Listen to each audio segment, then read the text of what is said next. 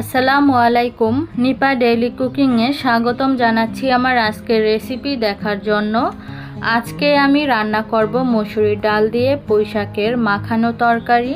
ডাল দিয়ে পুঁইশাকের তরকারি খেতে এমনিতেই অনেক মজা লাগে, তবে আজকে আমি খুব সহজেই কিভাবে ডাল দিয়ে পুঁইশাকের তরকারি রান্না করা যায় সেই রেসিপিটাই আপনাদের সঙ্গে শেয়ার করব। আশা করছি আপনাদের কাছে সহজ এবং ভালো লাগবে।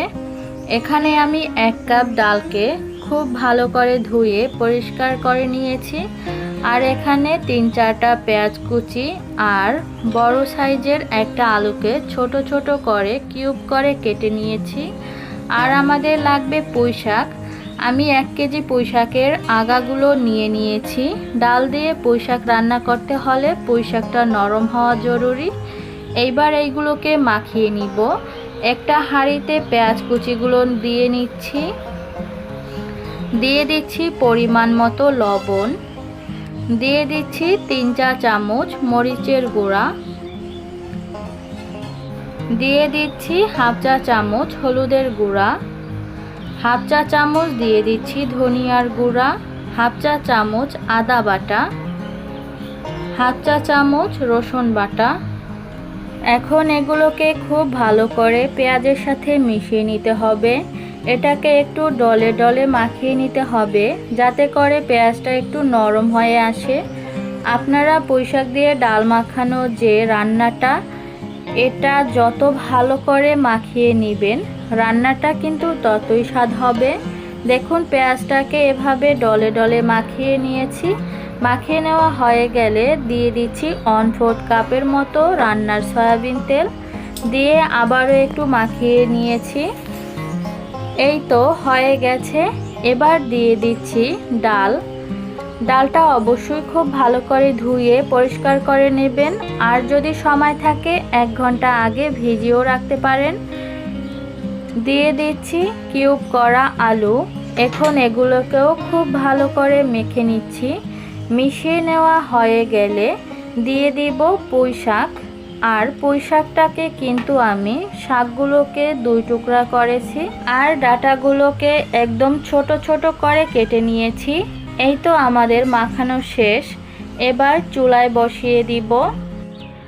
এইবার এটাকে ঢাকনা দিয়ে ঢেকে অল্প আঁচে রান্না করতে হবে। খেয়াল রাখবেন নিচে যাতে লেগে না যায়।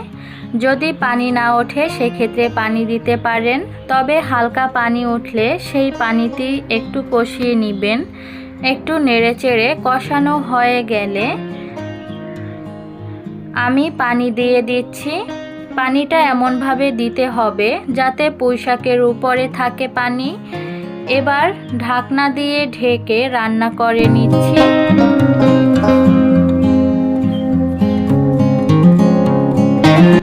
প্রায় 6 থেকে 7 মিনিট পর দেখুন ডালটা সেদ্ধ হয়ে গেছে, আর পুঁইশাকগুলো দেখতে হবে সেদ্ধ হয়েছে কিনা।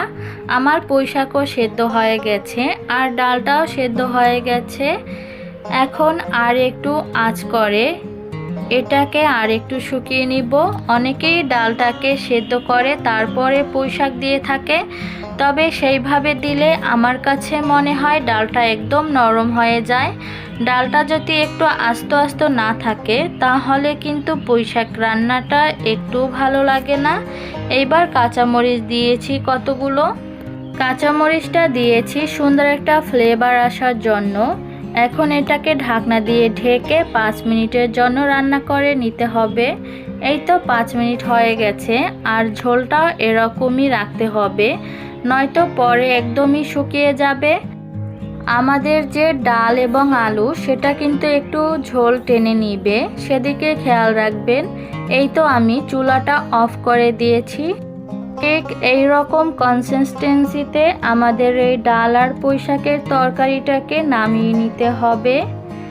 ডাল পুঁইশাকের রান্নাটা কিন্তু অনেক সহজভাবে দেখিয়েছি। আশা করছি যারা নতুন রাঁধুনি কিংবা ব্যাচেলর আছেন বা প্রবাসে আছেন তারা খুব সহজেই এই রান্নাটা করতে পারবেন। আজকের ভিডিও যদি ভালো লাগে থাকে অবশ্যই একটা লাইক দিবেন, আর পাশেই থাকবেন। সবাই ভালো থাকবেন। আল্লাহ হাফেজ।